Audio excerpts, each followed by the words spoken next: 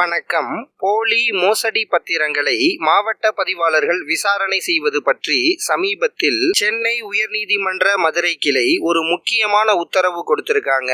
அதை பற்றி இந்த வீடியோவில் மிக சுருக்கமாக பார்ப்போம் வாங்க. இந்த கேஸ்ல மனுதாரர் ரிட் பெட்டிஷனை சென்னை உயர்நீதிமன்ற மதுரை கிளையில தாக்கல் செய்யறாரு. அதுல என்ன சொல்றாரு அப்படின்னா, தன்னுடைய சொத்து தன்னுடைய இடத்தில் பதிவு செய்யப்பட்ட போலி மோசடி பத்திரத்தை விசாரணை செய்து மாவட்ட பதிவாளர் உரிய உத்தரவு பிறப்பிக்க சென்னை உயர்நீதிமன்றம் உரிய உத்தரவு பிறப்பிக்க வேண்டும் அப்படின்னு கேஸ் தாக்கல் செய்யறாரு.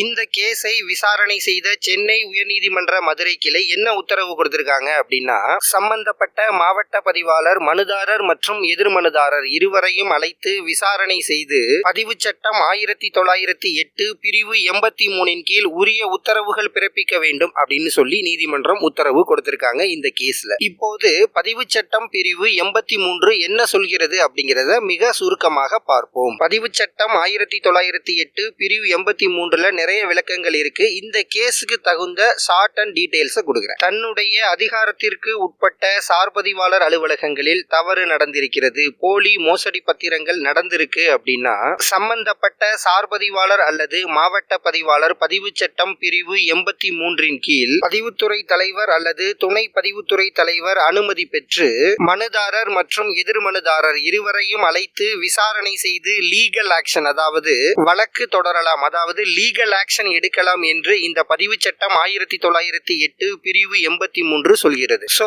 நீங்க இந்த போலி மோசடி பத்திரங்களால பாதிக்கப்பட்டிருக்கீங்க அப்படின்னா நீங்க மாவட்ட பதிவாளருக்கு ஒரு மனு எழுதி தபால் மூலமாகவோ அல்லது நேரடியாகவோ மனு கொடுங்க. அந்த மனுல இந்த தீர்ப்பு, இந்த உத்தரவினுடைய நகல் இணைத்து கொடுங்க. சோ நீங்க இப்படி சம்பந்தப்பட்ட மாவட்ட பதிவாளர்கிட்ட இந்த போலி மோசடி பத்திரங்கள் தொடர்பான மனு கொடுத்தீங்க அப்படின்னா அவங்க மனுதாரர், நீங்கள் மற்றும் எதிர்மனுதாரரை அழைத்து விசாரணை செய்து அவங்க இந்த பதிவு சட்டம் 1908 பிரிவு 83 கீழ் விசாரணை செய்து உரிய உத்தரவுகள் பிறப்பிப்பாங்க. லீகல் ஆக்ஷன், வழக்கு தொடருவாங்க.